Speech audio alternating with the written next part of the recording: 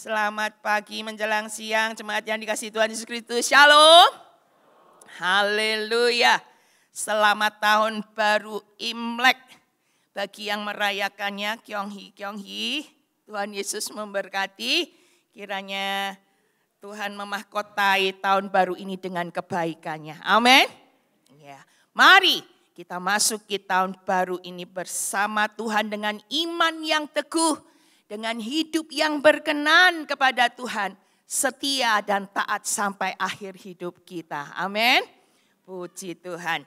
Renungan firman Tuhan pada pagi ini berjudul Iman dan Keberanian. Bapak Ibu, setiap kita orang percaya harus terus membangun iman percaya kita. Dan kita harus mempunyai iman yang hidup, yang bertumbuh, yang berkobar-kobar. Dan salah satu cirinya adalah mempunyai keberanian. Iman yang hidup membangkitkan keberanian. Seperti Daud, dia berkata, Mazmur 27 ayat yang pertama. Tuhan adalah terangku dan keselamatanku. Kepada siapakah aku harus takut? Tuhan adalah benteng hidupku. Terhadap siapakah aku gemetar? Saudaraku, ini satu pernyataan iman dari Daud. Bukan karena dia sok tahu, sok jagoan, suka latah, ya. Tapi kita melihat di sini bahwa Daud betul-betul kenal dengan siapa Tuhannya. Daud paham siapa dan bagaimana Tuhannya. Ingat Mazmur 23, ya, dia juga berkata, Tuhan adalah gembalaku, takkan kekurangan aku. Ia membaringkan aku di padang yang berumput hijau. Ini merupakan pernyataan iman yang disertai dengan keberanian. Nah, apakah Bapak, Ibu, Saudara dan saya ini berani berkata seperti Daud, Tuhan adalah terangku dan keselamatanku, kepada siapakah aku harus takut? Kepada siapa aku harus gemetar? Iya. Tanggal 14 nanti siapa ya yang terpilih ya? Nomor 1, nomor 2, apa nomor 3 ya? Kalau nomor 1 gimana ya? Kalau nomor 2 gimana ya? Kalau nomor 3 gimana ya? Setelah tanggal 14 nanti kira-kira apa ya yang akan terjadi? Saya masih bisa buka toko enggak? Saya perlu keluar kota dulu enggak? Atau di rumah saja? Masih bisa kerja enggak ya? Iya. Jadi menikah enggak? 2024? Atau bisa kuliah? Iya. Bersama Tuhan kita bisa. Amin. Iya. Tuhan terang kita, keselamatan kita, dan benteng hidup kita. Tidak ada yang perlu ditakutkan dan gemetar. Tapi satu hal, kita enggak asal ngomong, enggak omdo. Tapi kita perlu betul-betul keberanian itu muncul dari dasar hati kita. Karena satu kepercayaan yang kuat dibangun dari hubungan pribadi. Daud punya hubungan pribadi dengan Tuhan yang sangat kuat dan intensif. Ya, sehingga dia sampai bisa mengumpamakan Tuhan itu seperti gembala, aku ini dombanya, aku dituntun, dibaringkan, aduh enaknya ya. Jadi dia sampai punya pemahaman yang begitu rupa. Ini karena apa? Hubungan yang dibangun secara terus menerus. Ya, beberapa ayat ya di Mazmur itu dikatakan bahwa Daud itu pada waktu pagi dia berdoa, berseru kepada Tuhan. Ya, Mazmur 5 ayat 4 ya, ayatnya bisa ditayangkan beruntun. Dan dia mengatur persembahan buat Tuhan, dia menanti-nantikan Tuhan. Ya, di dalam doanya ayat 97 Mazmur 119 juga dikatakan, betapa ku cintai Tauratmu dan aku merenungkannya setiap hari. Dia tidak hanya berdoa tapi dia membaca, merenungkan firman Tuhan itu setiap hari. Ya, dia 7 kali dalam sehari aku memuji-muji Engkau. Dia mengagumi, menyanjung Tuhan dan hukum-hukumnya. Dia suka dengan hukum-hukum Tuhan. Dan ayat 167 dikatakan, aku berpegang pada peringatan-peringatanmu dan aku amat mencintainya. Dengan perintah Tuhan, peringatan-peringatan Tuhan, dia cinta. Jadi Daud ini punya hati yang betul-betul taat, mau ngikutin maunya Tuhan. Gak cuman percaya tapi taat. Bapak Ibu, sehingga kita bisa membuktikan dari imannya Daud itu ya. Kita bisa melihat bagaimana seorang anak muda yang cinta Tuhan, percaya Tuhan, dengan hubungan yang kuat dengan Tuhan itu bisa punya keberanian yang begitu rupa untuk menghadapi raksasa Goliat yang menantang bangsa Israel. Sementara mereka ditantang pagi petang 40 hari berturut-turut mereka ngacir, mereka pergi. Ya, mereka sangat ketakutan. Alkitab berkata bahwa ya mereka takut, sangat ketakutan. Tapi sama-sama percaya Tuhan loh. Punya iman. Tapi kebanyakan gak punya keberanian. Tapi bagaimana dengan seorang muda ini, dia bisa punya keberanian yang begitu rupa. Dia berkata, jangan ada yang tawar hati. Hambamu ini akan datang menghadapi orang Filistin itu. Dan dia tidak hanya ngomong doang. Dia tidak hanya wacana itu. Dan itu dia buktikan sendiri untuk dia datang kepada Goliat. Dan Goliat itu berhasil ditaklukkan. Mujizat Tuhan dinyatakan. Itu tidak hanya berhenti pada sebuah iman. Percaya bahwa Tuhan hebat. Tapi betul-betul bertindak, melangkah, berani. Menghadapi dan maju dalam nama Yesus. Dari iman lahir keberanian, terjadi kemenangan, kuasa Tuhan dinyatakan. Saudaraku, demikian juga dengan Daniel, orang yang masih sangat muda, tapi dia punya keberanian yang begitu rupa. Semua berangkat dari satu titik, iman yang dibangun dari hubungan yang intim dengan Tuhan. Daniel 3 kali sehari dia berdoa, memuji Tuhan, ya berlutut, ini bicara satu kekusukan, ya. Jadi imannya tidak dibangun dari sekilas info, berita dari orang lain, katanya, ya. Yang aku dengar, yang aku lihat, tapi dia betul-betul berhubungan sendiri dengan Tuhan. Dan ini mendatangkan satu keberanian yang luar biasa. Ya, kecintaan Daniel kepada Tuhan membuat dia berani menghadapi apapun dan melakukan apapun demi imannya kepada Tuhannya, demi kesetiaannya kepada Tuhannya, demi ketaatannya, hormatnya kepada Tuhannya. Dan kita melihat banyak mujizat, perkara supranatural yang luar biasa. Tuhan nyatakan lewat orang muda ini. Bahkan sampai tua pun mujizat Tuhan penuh dalam hidupnya. Saudaraku, jangan jalani kehidupan kekristenan ini dengan iman yang biasa-biasa saja. Miliki keberanian di dalam iman kita. Yang mana itu lahir dari keintiman dan pengenalan kita akan Tuhan. Anugerah Tuhan ya. Klik berikutnya. Anugerah Tuhan kalau mulai Februari ini kita bisa bersama-sama ada dalam gerakan doa dan firman.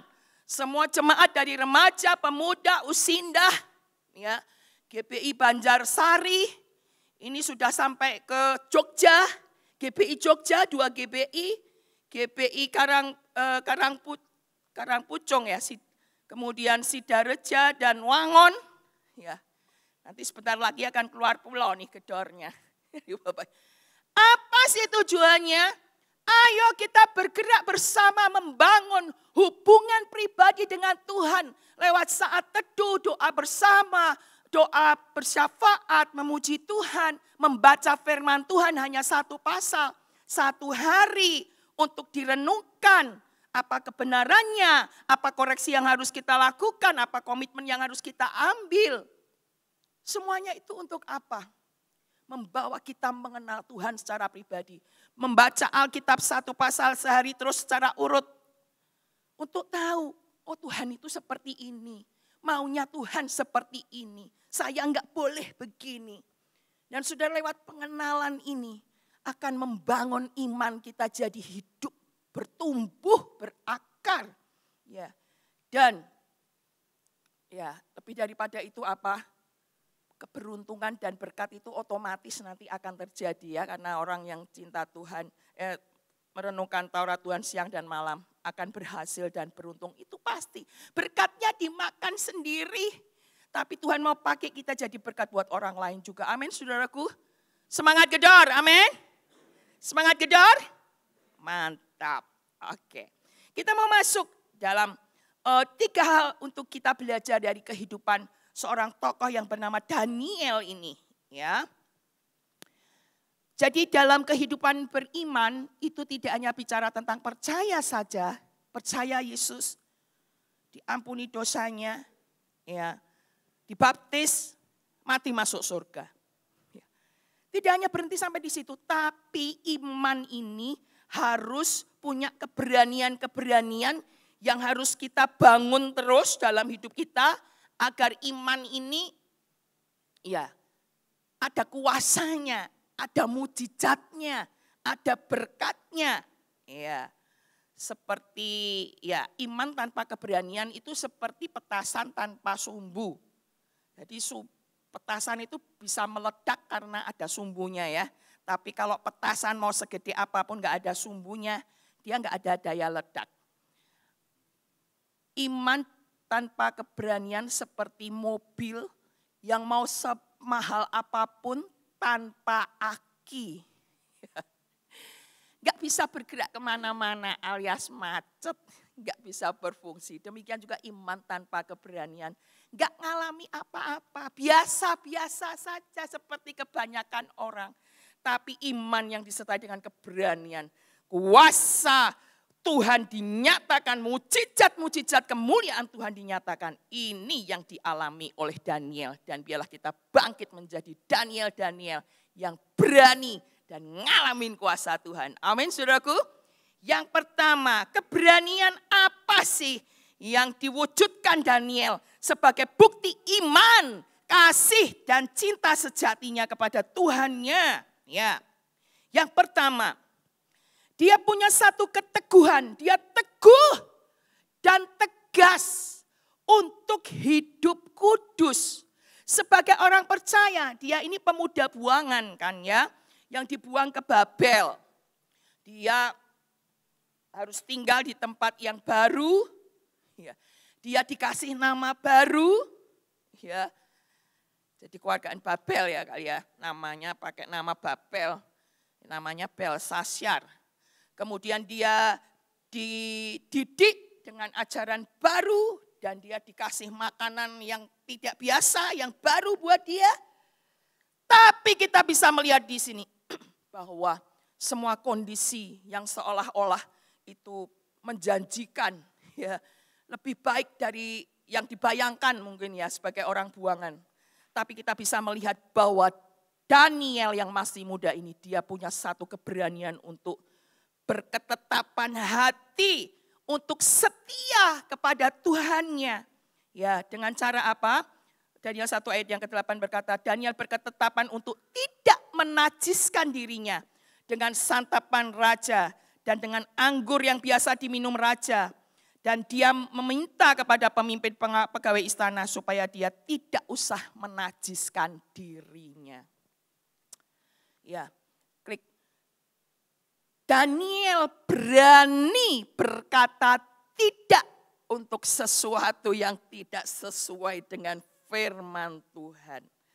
Ya, kalau dipikir-pikir ya, lu sebetulnya udah beruntung loh terpilih jadi pemuda yang akan dididik untuk bekerja di istana raja.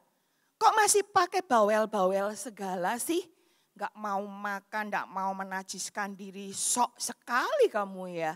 Mungkin bisa beranggapan seperti, dia bisa berpikir, orang lain bisa berpikir seperti itu. Tapi dia tidak mau mengusik kesetiaannya dengan Tuhan dalam hal kekudusan. Klik. Daud tahu bahwa kekudusan adalah harga mati. Kekudusan adalah hal yang mutlak. Tidak bisa ditawar. Harus untuk umat Tuhan bisa connect dengan Tuhannya. Ya. Tuhan berkata kepada Musa supaya dia berbicara kepada jemaat Israel.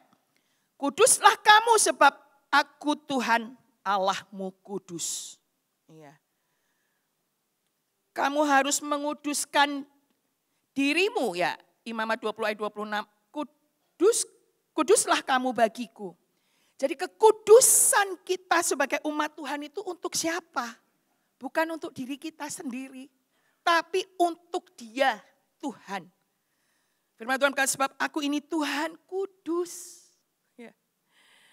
Aku telah memisahkan kamu dari bangsa-bangsa lain supaya kamu menjadi milikku. Yesus sudah mati untuk engkau dan saya menebus dosa kita. Ya, kita disucikan, dikuduskan. Untuk siapa? Untuk Tuhan. Dan Tuhan mau supaya kita menjadi kudus di dalam seluruh hidup kita. Saudaraku, tangkap ini sebagai satu perkara yang serius. Kita sebagai umat Tuhan di hadapan Tuhan. Untuk kita punya satu ketetapan hati. Untuk tidak menajiskan diri kita, hidup kita, tubuh kita, mulut kita, pikiran kita dengan kenajisan apapun. Ada seorang anak Tuhan yang berkata seperti ini. Ya, saya punya teman itu baik sekali sama saya. Jadi kalau makan dibayarin, pergi kemana diajakin. Saya sakit ditolongin, gak punya uang diutangin atau dikasih. Tapi kalau dia pergi ke tempat pelacuran, saya gak ikut kok, saya cuma di mobil aja. Saya nunggu di luar di mobil aja. Ada loh Bapak Ibu yang seperti itu. Ya, kan gak apa-apa kan menikmati berkatnya, wong dia baik kok. Ya. Jangan sesat, firman Tuhan berkata. Pergaulan yang buruk merusakkan kebiasaan yang baik. Mau sampai berapa lama tahannya ya? Tinggal tunggu waktu. Saya mah gak ikut berjudi, saya cuma nemenin aja. Cuma ngeliat. Saya gak ikut minum-minum, saya cuma duduk aja. Makan kue. Jangan sesat, firman Tuhan berkata. Pergaulan yang buruk merusakkan kebiasaan yang baik. Ya, Bapak Ibu. Satu ketetapan hati ini, biarlah ini menjadi keputusan kita bersama-sama di hadapan Tuhan. Ya, ini butuh keberanian loh. Ya. Keluar dari komunitas yang pergaulannya buruk, perlu keberanian, perlu tekad, perlu satu keputusan. Ya, dan klik. Seperti Daud berkata terhadap segala jalan kejahatan, aku menahan kakiku supaya aku berpegang pada firman-Mu. Aku tidak menyimpang dari hukum-hukum-Mu. Jadi biarlah ini juga yang jadi hatinya seorang Daniel. Ini tulisannya Daud ya, berikutnya. Nah, satu hal lagi dari kisahnya si Daniel ini. Ya, firman Tuhan mengajarkan kepada kita, Daniel mengajarkan kepada kita, supaya kita sebagai orang-orang percaya, kita punya sikap yang jujur dan tulus. Ya, dalam keimanan kita ini jujur dan tulus kepada orang-orang di sekitar kita. Jadi kalau buat saya ya, pornografi itu enggak gitu. Ya. Orang lain perlu tahu bahwa saya tidak mengkonsumsi itu. Saya menjaga kekudusan saya. Makan makanan yang dipersembahkan pada berhala, saya enggak. Ya, orang lain perlu tahu itu. Ya. Jadi berani menyatakan identitas kita sebagai anak Tuhan, sebagai murid Tuhan kepada orang lain. Ini perlu Bapak Ibu ya. Karena ya klik berikutnya. Markus 8 ayat 38 firman Tuhan berkata, sebab barang siapa malu karena aku dan karena perkataanku di tengah-tengah angkatan yang tidak setia dan berdosa ini, anak manusia pun akan malu karena orang itu apabila ia datang kelak dalam kemuliaan Bapanya diiringi malaikat-malaikat kudus. Jadi saudara, beranilah untuk menyatakan identitas kita sebagai orang percaya yang harus hidup kudus, hidup benar, menghormati Tuhan, mengasihi Tuhan. Daniel berani dan bersikap berani berkata tidak, berani tampil beda, walaupun mungkin orang lain tidak seperti itu. Ya. Sebetulnya Daniel itu kalau misalnya mau supaya orang di istana itu tahu bahwa dia baik-baik saja, bisa aja tiap kali dikasih anggur buang ke toilet. Ya kan bisa. Ya kan? Dikasih makanan kasihkan buat orang lain.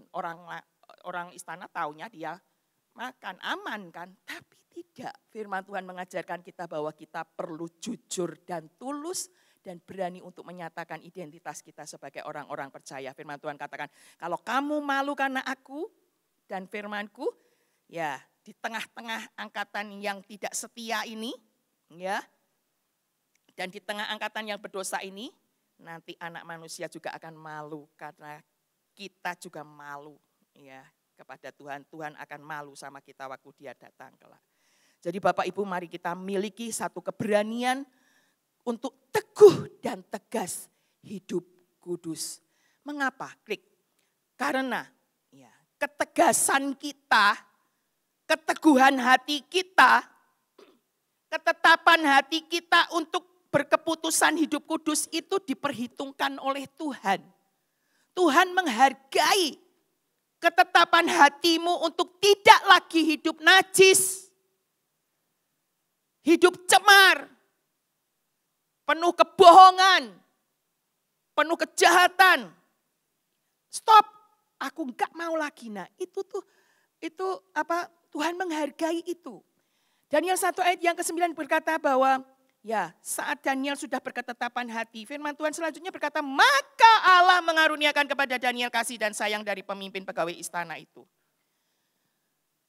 Keputusan dari Daniel direspon langsung oleh Tuhan. Maka Allah mengaruniakan. Loh, saudara. Saat engkau berkeputusan untuk stop. Dari dosa, dari kenajisan, dari kejahatan. Tuhan yang respon langsung.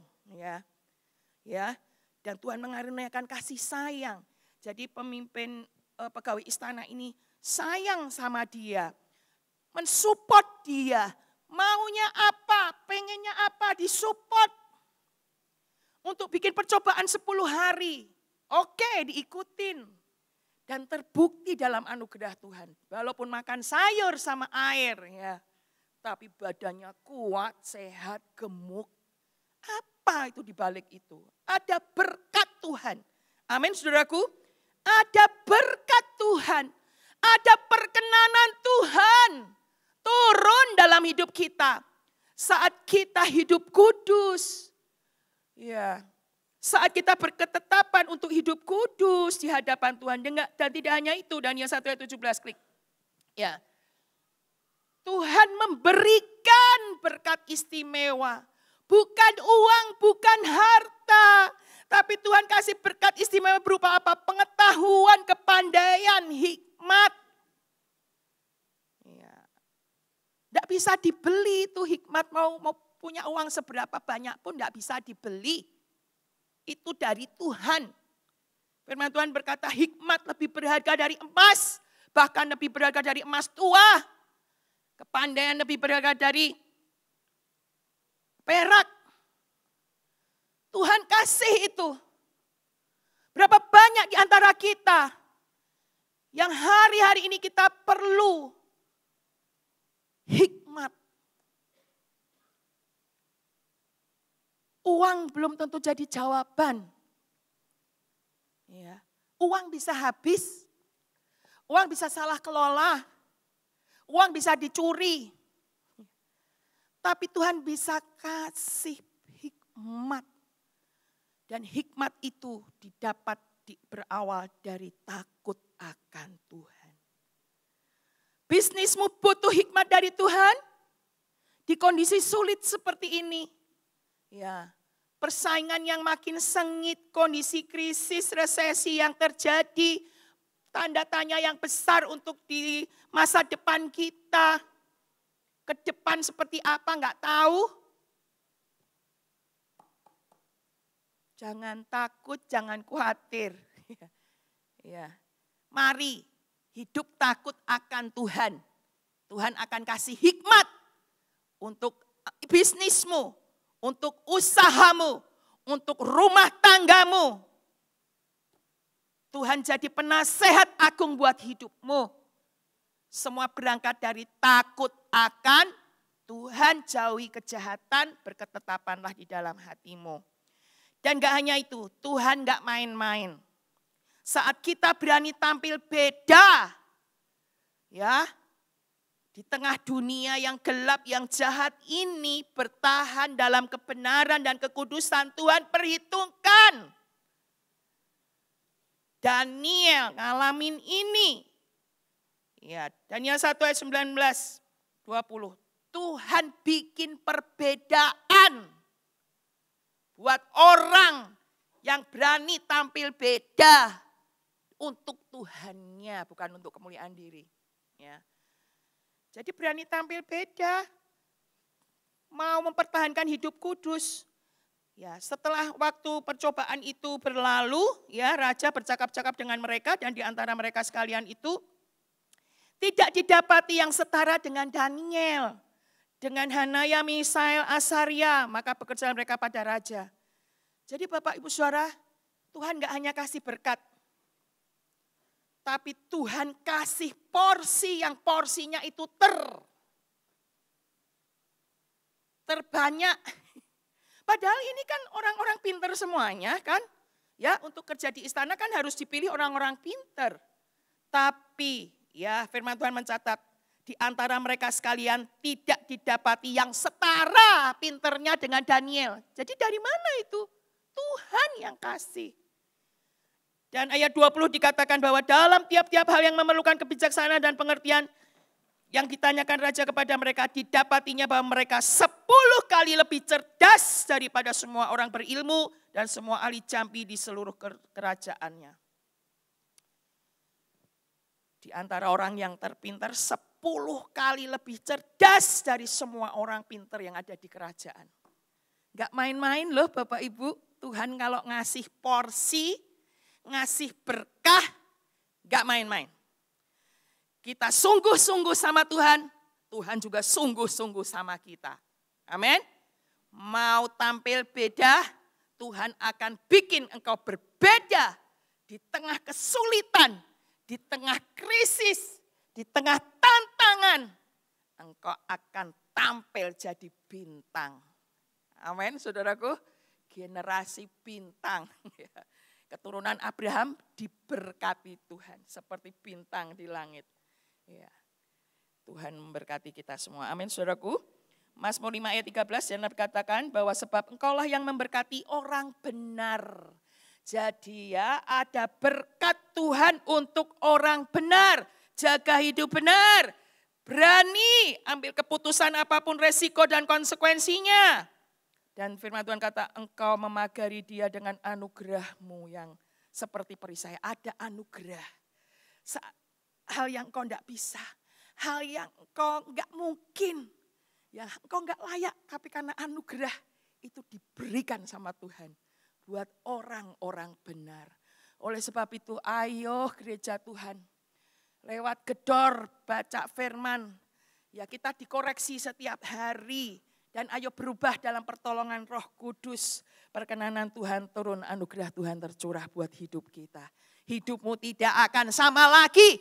Hidupku tidak akan sama lagi. Amin. Ya, diberkati dan menjadi berkat. Ya, poin yang kedua.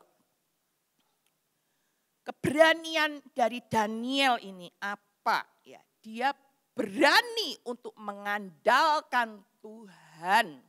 Lebih dari apapun. Pada saat terjadi masalah yang begitu rumit di istana, ya, Raja Nebukadnezar ini punya mimpi mimpinya aneh kali ya. Sampai dia sendiri nggak bisa menceritakan atau nggak mau menceritakan saking bingungnya.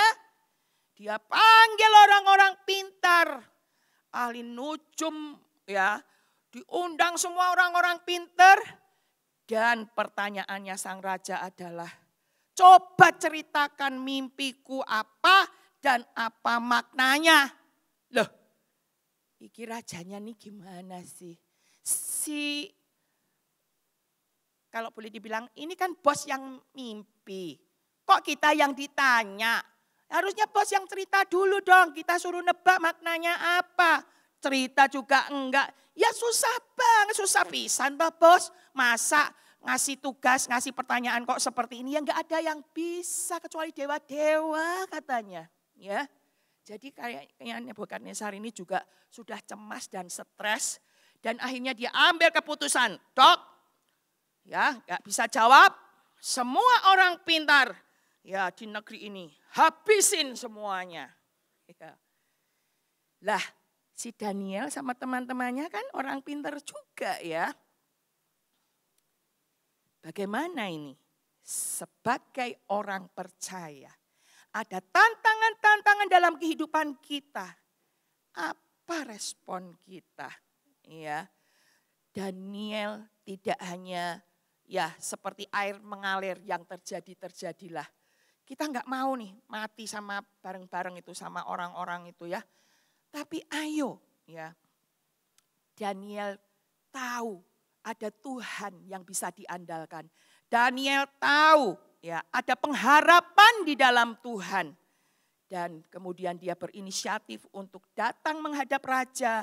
Dan kemudian dia minta diberi waktu oleh raja untuk ya mengartikan makna mimpi itu. Dan apa yang dia lakukan? Dia datang ke rumah teman-temannya itu untuk ngajak berdoa bersama-sama. Ya. Untuk apa? Untuk memohon kasih sayang dari Tuhan. Supaya jangan dilenyapkan kita ini. Dan supaya mimpi raja pun bisa dibukakan rahasianya. Saudara, sebagai orang pintar ya, Daniel dan teman-temannya ini kan orang cerdas. Ya harusnya akalnya banyak dong ya. Dia mungkin bisa aja punya ide ya. Udah nih rajanya stres nih, gila-gilaan nih perintahnya. Sebelum kita dibunuh, ayo kita rame-rame.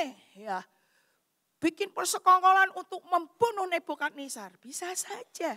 Karena dia juga bukan orang miskin. Dia punya uang kan tentunya karena dia berkedudukan gitu ya. Tapi ya, uang bukan andalan, kepintaran bukan andalan. Dia mau datang sama Tuhan. Ya walaupun dia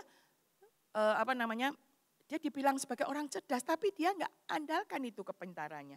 Dia datang kepada Tuhan dan dia tidak datang sendiri. Dia ajak teman-temannya untuk doa bersama-sama. Alkitab mencatat apa respon Tuhan? Nah ini ya. Orang benar, hidup kudus, menjaga hidup kudus, berdoa. Ya. Apa respon Tuhan? Ya. Klik. Daniel 2 ayat 19 firman Tuhan berkata, maka, nah itu setelah mereka berdoa, maka rahasia itu disingkapkan kepada Daniel dalam suatu penglihatan malam. Jadi saudara luar biasa ya, doa orang yang benar sangat besar kuasanya.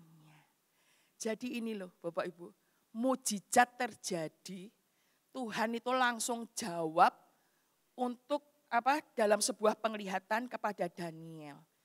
Dan firman Tuhan katakan bahwa Daniel memuji Allah semesta langit. Terpujilah Allah, daripada dialah hikmat dan kekuatan. Klik berikutnya.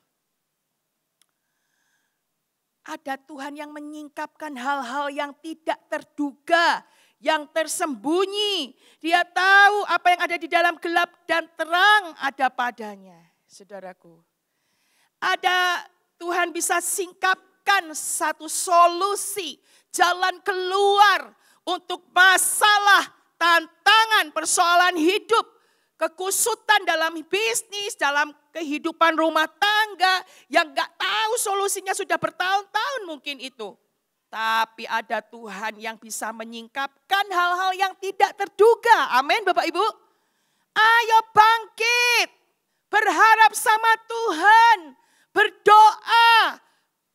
Ajak itu teman-teman, ajak anggota keluarga, bikin mesbah keluarga, doa bersama anak istri.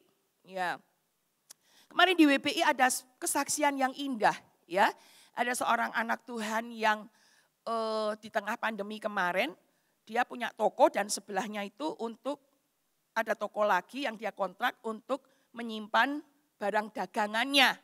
Tapi tiba-tiba pemilik toko yang sebelahnya yang dikontrak itu tiba-tiba orangnya datang. Kamu harus beli toko saya ini, gitu ya.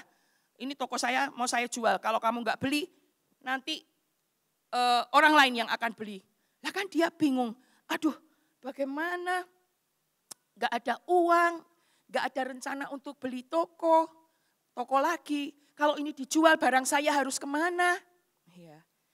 Tapi dia bersama suaminya. Ya, datang sama Tuhan, mengandalkan Tuhan, bawa masalah ini kepada Tuhan. Ya. Dan kemudian tiba-tiba si pemilik toko itu berkata bahwa, udah kamu beli aja harganya segini. Ya. Mau dibayar berapapun sampai kamu lunas. Oke, dia berkata. Waduh, dia kumpulin uangnya. Dan uang yang terkumpul itu hanya 1/4 dari harga yang ditentukan. Dia berdoa lagi sama Tuhan. Jadi saudaraku, rasanya gimana ini, bagaimana ini. Tapi ya firman Tuhan berkata klik. Matius 18 ayat 19. Ya, aku berkata kepadamu, jika 2 orang daripadamu di dunia ini sepakat meminta apapun juga, permintaan mereka itu akan dikabulkan oleh Bapa-Ku yang di surga. 2 orang hidup kudus, hidup benar, berdoa dengan percaya, sepakat meminta apapun juga, permintaan mereka itu akan dikabulkan. Nah si ibu ini ya, dia bersaksi bahwa kami enggak nyangka loh, ternyata ya dalam waktu 2 bulan toko itu bisa dilunasi. Saya enggak tahu uangnya datang dari mana, tiba-tiba bisa dapat uang sebanyak itu untuk melunasi toko ini hanya dalam waktu 2 bulan. Tepuk tangan buat Tuhan kita. Ada Allah yang memberkati orang-orang yang mengandalkan Tuhan. Jadi mari andalkan Tuhan lebih dari apapun, walaupun secara manusia gak mungkin, gak bisa ya. Tapi bagi Tuhan segala sesuatu mungkin. Ayo berani andalkan Tuhan, berani melangkah dalam iman untuk meminta mujizat, minta berkat, minta solusi, dan lewat hidup Daniel. Masalah itu terselesaikan karena doanya, karena imannya, karena berani untuk mengandalkan Tuhan. Ya, sehingga orang-orang pintar di sana di kerajaan itu tidak jadi dibantai.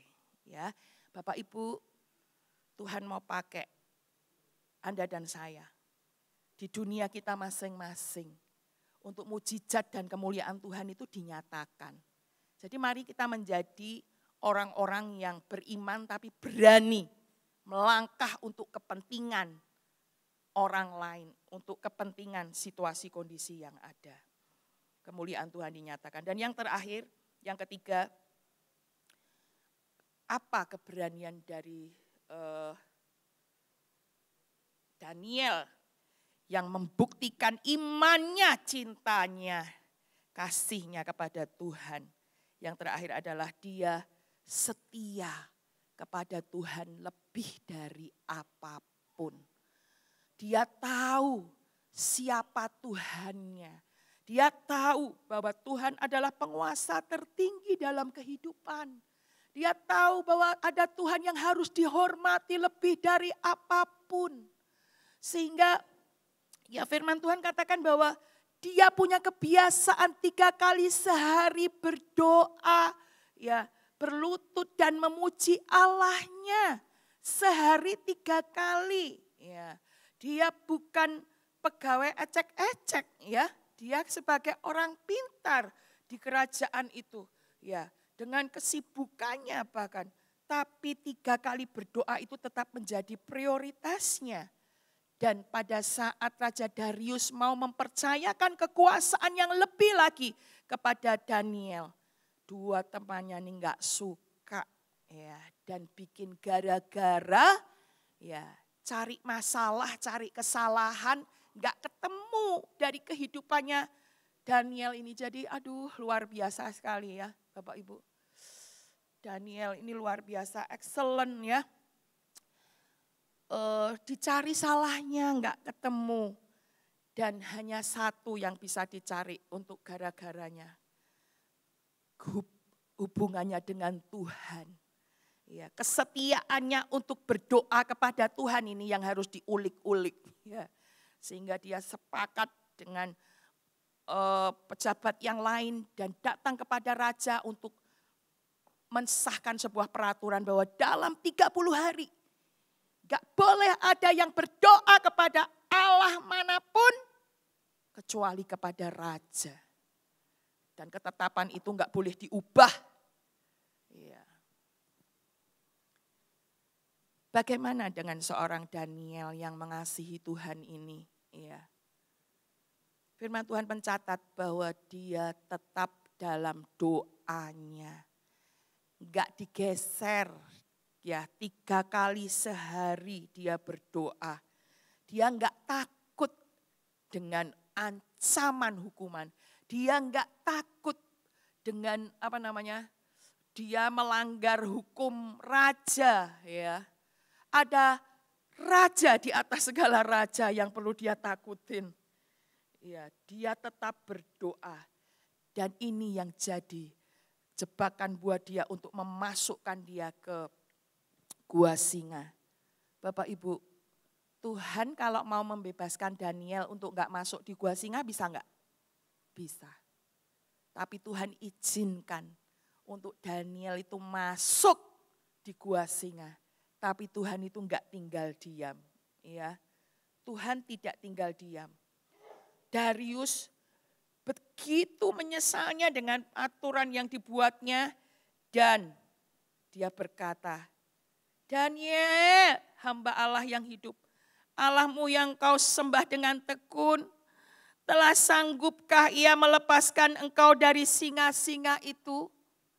Darius tentunya juga mungkin berharap-harap ya, masa ada Tuhan yang disembah dengan tekun, kira-kira benar-benar bisa nggak ngelepasin dia dari mulut singa itu ya. Tapi ya dengan harap-harap cemas ternyata Daniel menjawab, Daniel masih hidup. Ya. Allahku telah mengutus malaikatnya untuk mengatup mulut-mulut singa itu. Sehingga mereka tidak mengapa-apakan aku karena ternyata aku tidak bersalah di hadapannya.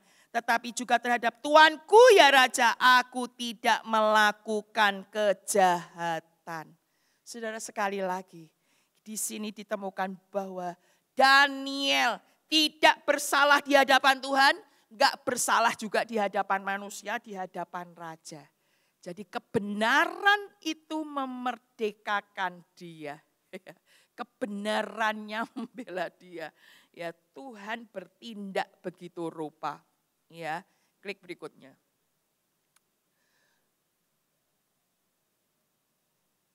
Lanjut. Iya. Saudara, kita bisa melihat di sini bahwa ada Tuhan yang membuat perbedaan, ya. Maka kamu akan melihat kembali perbedaan antara orang benar dan orang fasik, antara orang beribadah kepada Allah dan orang yang tidak beribadah kepadanya. Ada mata Tuhan yang menjelajah ke seluruh bumi untuk melihat, mencurahkan kekuatannya kepada orang-orang yang bersungguh hati kepada Dia. Ada keselamatan, ada pertolongan Tuhan buat Daniel yang sungguh-sungguh kepada Tuhan. kita bisa melihat bahwa Daniel diselamatkan oleh Tuhan dengan caranya Tuhan. Ya. Dan ya Darius ini akhirnya kan mengakui Allahnya Daniel. Tuhan dimuliakan luar biasa lewat hal ini ya. Mujizat Tuhan terjadi dan orang-orang yang mengusik Daniel itu ya, mereka dimasukkan ke dalam gua singa itu bersama istri dan anak-anaknya, dan Alkitab mencatat sebelum mereka sampai ke dasar, singa itu sudah menerkam dan meremukkan tulang-tulang mereka. Bapak Ibu, ada perbedaan yang Tuhan lakukan buat orang-orang yang setia kepada Tuhan. Firman Tuhan berkata, sebab siapa yang menghormati aku akan kuhormati. Amin, saudaraku.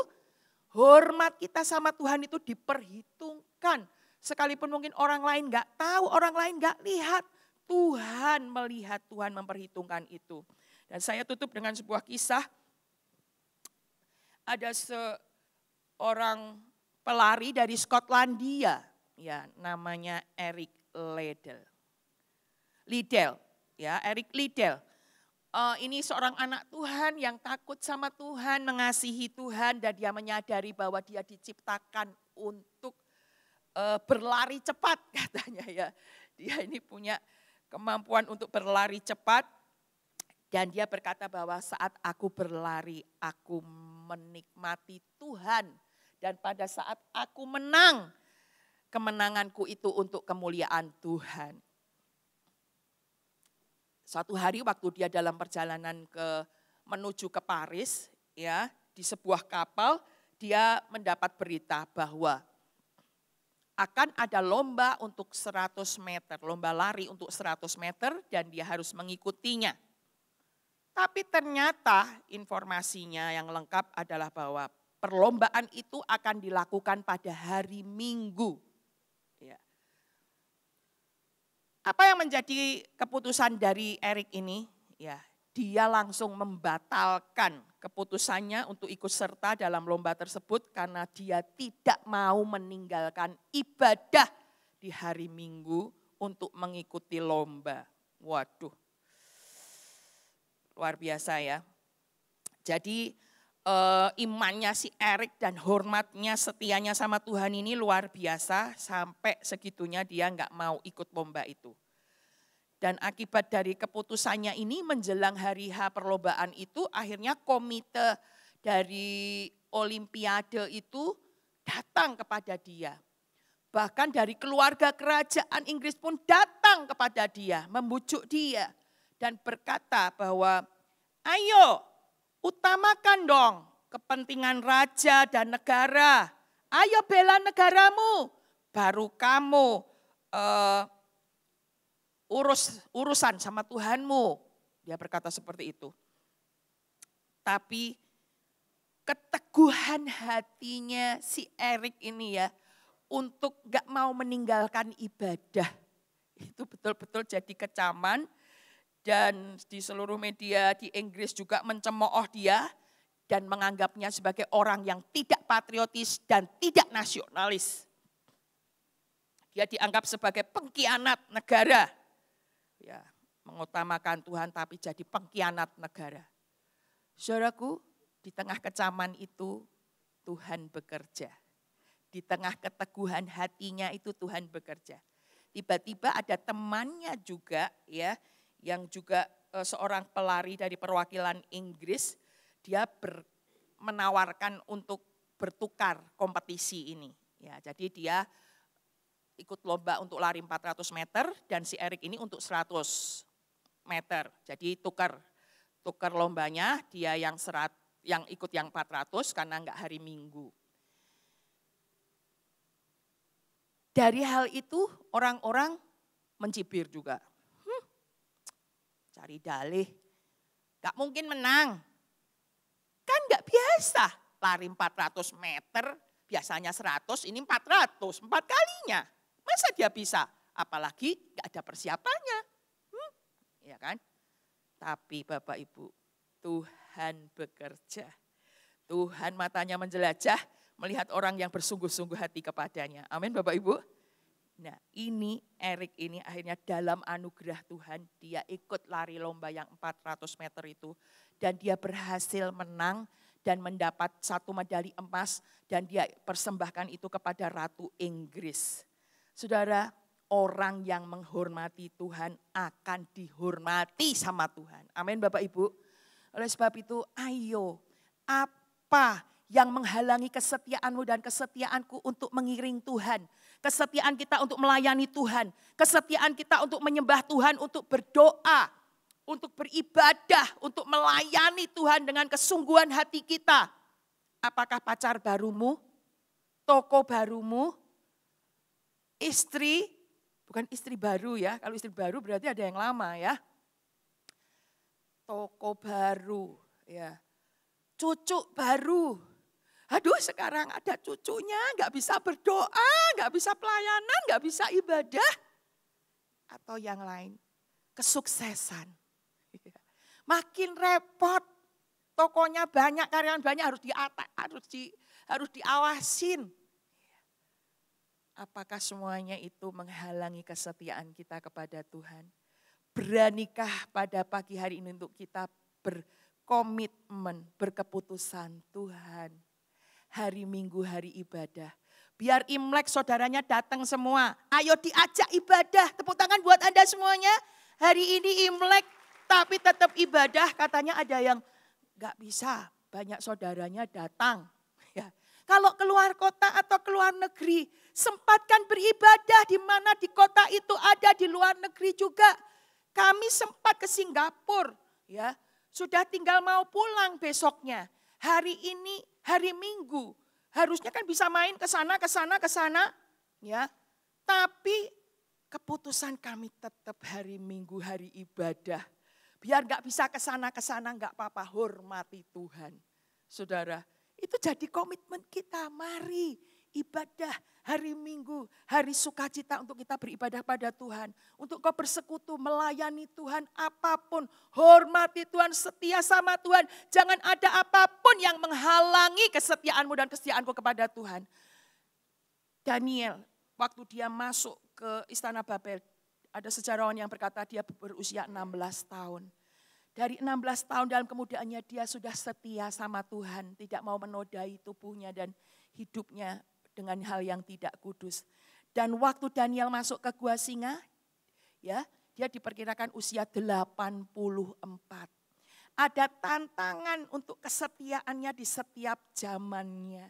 Tapi kita bisa menyaksikan muda setia. Sudah usur lanjut usia, tetap setia sama Tuhan. Menang menghadapi tantangan dan kemuliaan Tuhan, mujizat Tuhan terus dinyatakan. Dia makin naik, jabatannya makin dipercaya terus.